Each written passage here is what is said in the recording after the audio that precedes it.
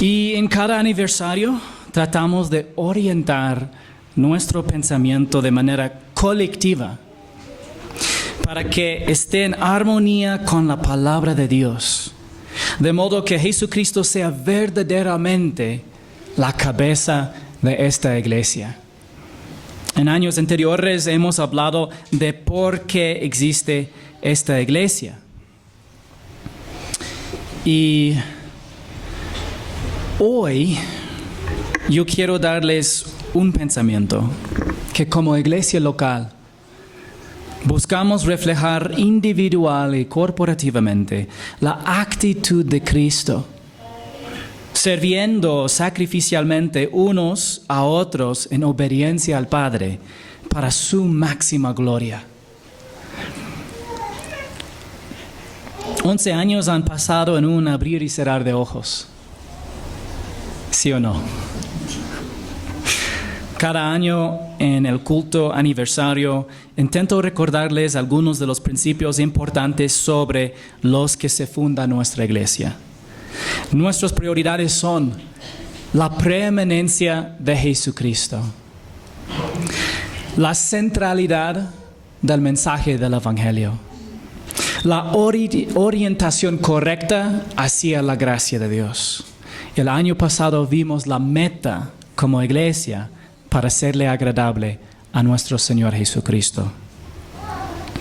Hoy quisiera hablar sobre la actitud que queremos encarnar, que queremos que sea visto en nuestras vidas como iglesia local. Podríamos ser conocidos como la iglesia más doctrinal. Podríamos ser conocidos como la iglesia más santa. Podríamos ser conocidos como la iglesia más alegre.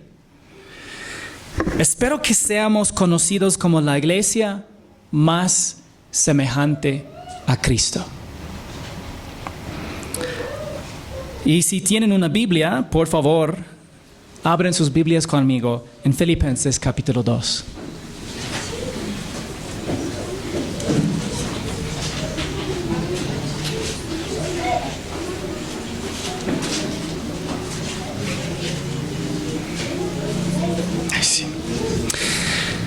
Aquí dice: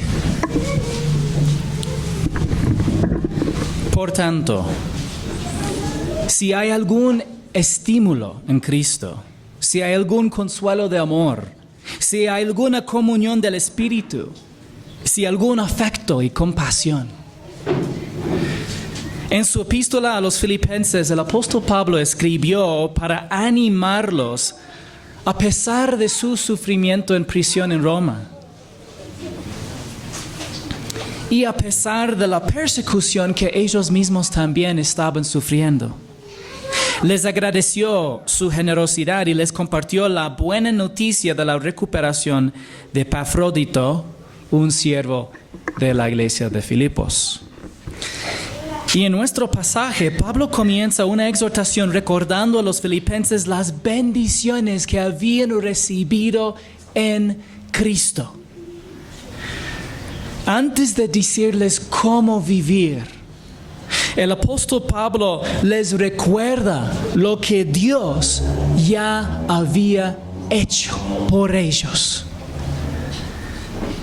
Por tanto, si hay algún estímulo en Cristo, la palabra traducida como estímulo tiene una amplia gama de posibles significados y puede significar estimular, animar o consolar. Cristo anima, estimula o consuela a nosotros de más de una manera. Leemos en 2 de Tesalonicenses capítulo 2, y que nuestro Señor Jesucristo mismo y Dios nuestro Padre, que nos amó y nos dio consuelo eterno y buena esperanza por gracia, consuele sus corazones. Primero dice que nos amó y nos dio consuelo eterno. Es la misma palabra en griego que vemos en nuestro pasaje que se traduce como estímulo.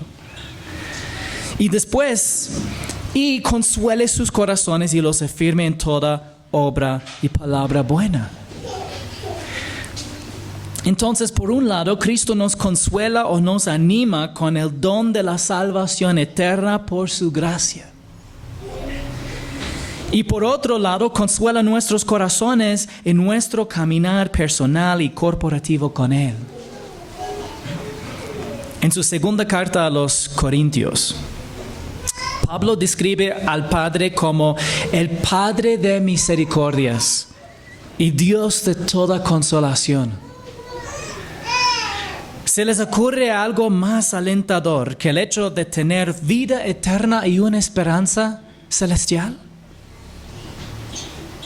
¿Hay algo más grande que nos podría dar aliento, ánimo o estímulo en nuestras vidas?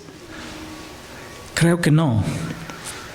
Sé que tener vida eterna no hace que los problemas de la vida desaparezcan, pero sí los pone en perspectiva. Como dice el famoso himno, y lo terrenal sin valor será a la luz del glorioso Jesús. Está diciendo, a la luz de las riquezas espirituales que tenemos en Cristo, lo mejor que este mundo ofrece y lo peor de las experiencias difíciles que enfrentamos en esta vida, todo desvanece en comparación con la esperanza celestial que tenemos en Cristo.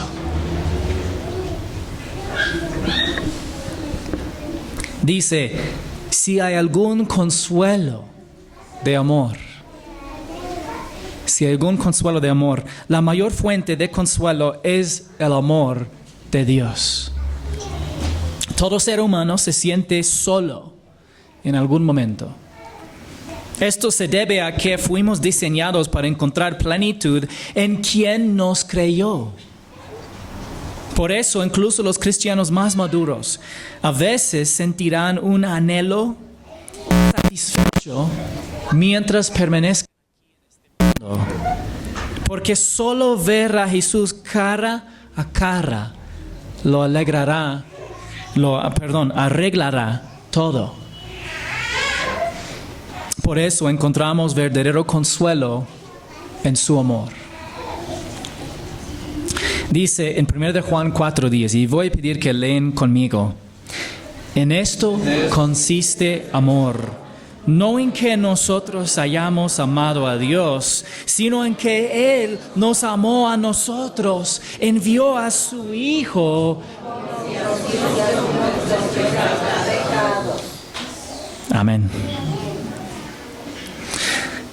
La historia de amor más grande es la del amor de Dios por la humanidad. Él nos amó primero y nos amó más que a nadie. ¿Cómo se manifestó ese amor? Envió a su Hijo para ser el pago satisfactorio o la satisfacción del requerimiento de la justicia de Dios por nuestros pecados. Simplemente lo motivó su amor. Y su propósito fue que no pereciéramos, sino que tuviéramos vida eterna, como dice en Juan 3:16. Y voy a pedir que lo lean también otra vez conmigo.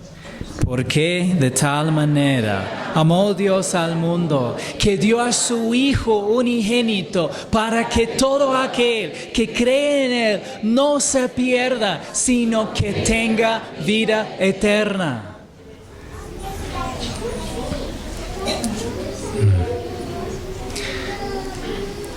Bueno, hermanos, yo sé que hay algunos niños que de pronto están distraídos, pero nosotros hemos experimentado esto en algunos eventos grandes que tenemos en el mundo, ¿no es cierto? Tal vez en un partido de fútbol, de todos modos, estamos bien enfocados a la acción. Y yo sé que yo no les traigo mucha acción, pero sí la palabra de Dios.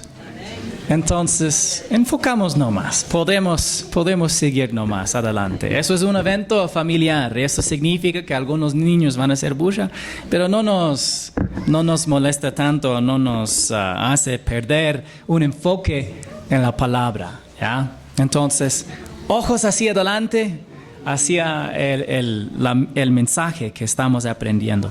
Mira, hermanos, aquí vemos algo tan importante. El Padre estuvo dispuesto a que su Hijo sufriera una angustia indescriptible para que pudiéramos disfrutar de la vida con Él. Como pecadores, no hay nada que podamos hacer para salvarnos. En lugar de justificarnos, la ley solo nos condena para que nos diésemos cuenta de que necesitamos un Salvador. Esta es la razón que ni el bautismo, ni sumergido bien como el hermano que yo tuve que empujar en este video. Algunos hermanos estaban aquí tempranos y tuvieron la oportunidad de ver unos videos de la historia de la iglesia. Y el hermano me dijo que quiso ser bautizado en agua así de profundidad. Yo le dije, no hay cómo. Él me dijo, hermano, siempre ha sido mi sueño ser bautizado aquí. ¿Ya? Entonces yo dije, bueno, yo voy a hacerlo, pero tú tienes que hacer como tabla y te voy a empujar abajo. ¿Ya? ¿Ya? Y tienes que guardar la respiración porque yo tengo que ver que estás bien debajo del agua para que estás sumergido y de ahí te saco. Bueno, él cumplió demasiado bien las instrucciones. Casi lo perdimos. Pero lo saqué del agua. ¿Ya? Pero hermanos, aún sumergido completamente, perfectamente bien, el agua no lo salvó. De ser bautizado muy bien no salva a nadie. De obedecer a lo mejor que podemos todavía no es suficiente para poder alcanzar el estándar de justicia perfecta de Dios. Así que las buenas obras, el mérito humano no nos puede salvar. Necesitamos un Salvador y Cristo Jesús es ese Salvador. Jesús cargó con todos nuestros pecados pasados, presentes y futuros y murió como nuestro sustituto. Significa en nuestro lugar. Y como resultado podemos recibir la vida eterna como un regalo gratuito de su gracia. Así, cuando ponemos nuestra fe en Jesucristo, Dios perdona nuestros pecados, los mismos pecados pasados, presentes y futuros que fueron derramados en Jesucristo en la cruz, son perdonados en nuestra cuenta ante Dios. Y nacemos de nuevo en la familia de Dios y nos acredita la justicia perfecta de Jesús. Nos da la vida eterna que nunca podemos perder y se nos promete un hogar en el cielo. Hermanos, ese es un consuelo que puede sanar cualquier herida. ¿Sí o no? Si hay alguna comunión del Espíritu, ¿cómo participamos en el Espíritu? Según Efesios capítulo 1, en el momento que ponemos nuestra fe en Jesucristo, recibimos el Espíritu Santo. Él ya habita en nosotros permanentemente y nos sella. Y su residencia dentro de nosotros, según la Escritura, son las aras, es la garantía, es un depósito de garantía de nuestra futura resurrección. Y hermanos, esta es la razón que todo creyente en Jesucristo está garantizada participación en el arrebatamiento, porque tiene al Espíritu Santo de Dios.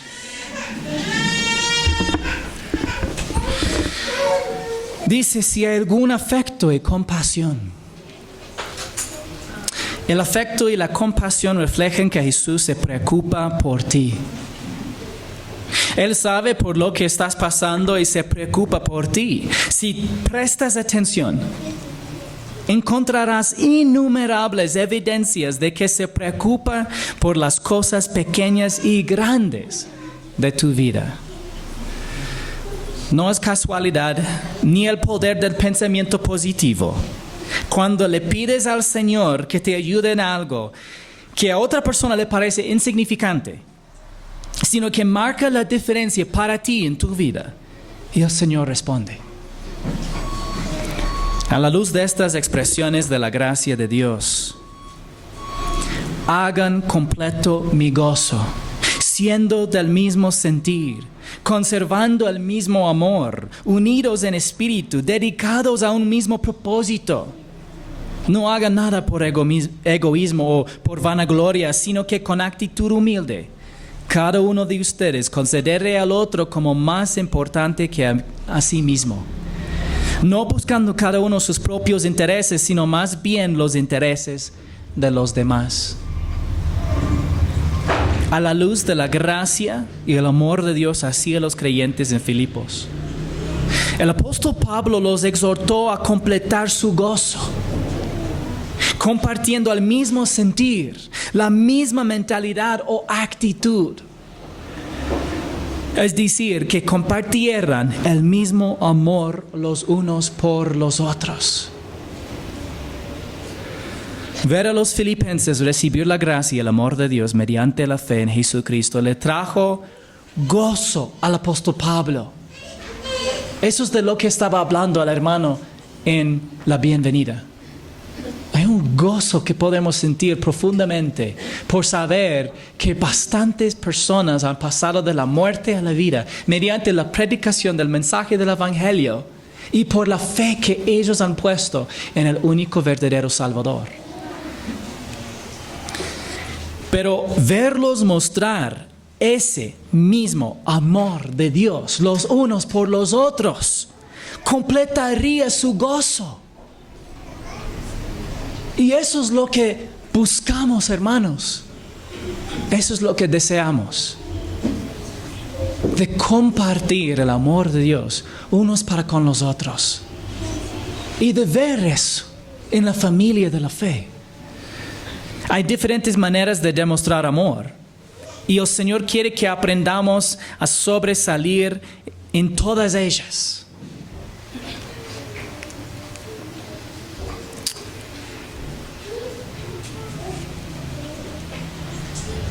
Bueno, ¿cómo se manifiesta el amor? Es lo opuesto al egoísmo y la vanagloria. De hecho, el amor y la humildad van de la mano. En el amor y la humildad consideras a los demás como más importantes que a ti mismo. Y no solo buscas tus propios intereses, sino también los de los demás. ¿Es natural que consideremos a los demás como más importantes que nosotros mismos? ¿Eso es natural? No, no es natural. Como todos nacemos con una naturaleza pecaminosa, somos egocéntricos por naturaleza. Nunca diríamos que consideramos a los demás como menos importantes que nosotros, pero así es como vivimos en la práctica. Por eso Pablo dice, no buscando cada uno sus propios intereses, sino más bien los intereses de los demás. La primera mitad nos sale de forma natural, buscando nuestros propios intereses, pero la segunda mitad, buscando los intereses de los demás, es una decisión. ¿Cómo se manifiesta esto? Bueno, a veces significa preguntarle a alguien sobre su vida. A veces significa compartir el Evangelio. A veces significa exhortar. A veces animar. A veces dar. El amor y la humildad pueden manifestarse de diversas maneras. Llegar, saludar, preguntar, recordar, orar, ayudar o dar. Y nosotros queremos desarrollar en cada una de estas manifestaciones del amor. Esta actitud es una expresión de la semejanza de Cristo. Dice, y esto sí voy a pedir que lean conmigo. Haya pues en ustedes esta actitud que hubo también en Cristo Jesús, el cual, aunque existía en forma de Dios, no consideró el ser igual a Dios como algo a que aferrarse, sino que se despojó a sí mismo, tomando forma de siervo, haciéndose semejante a los hombres. ¿Cómo existió Jesús eternamente? En forma de Dios. Pero no consideró la igualdad con Dios como algo a que aferrarse. Eso significa que no se aferró a sus derechos divinos.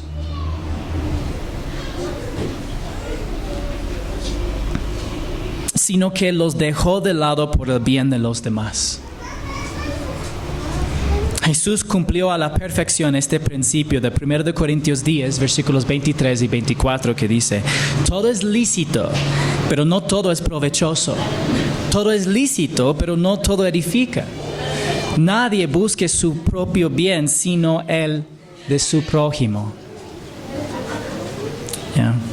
Todo es lícito fue una declaración que los corintios habían formulado. Es la razón que vemos en algunas traducciones, como la traducción del lenguaje actual, ponen entre comillas la declaración de los lectores. Algunos de ustedes dicen: yo soy libre de hacer lo que quiera. Claro que sí, pero no todo lo que uno quiere conviene, ni todo fortalece la vida cristiana. El bien que debemos buscar para los demás es su bien espiritual, según los preceptos de la palabra de Dios.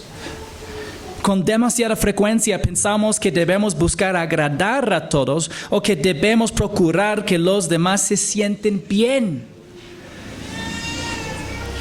Y no estoy diciendo que busquemos que no se sienten bien o busquemos lo opuesto de que sean agradados.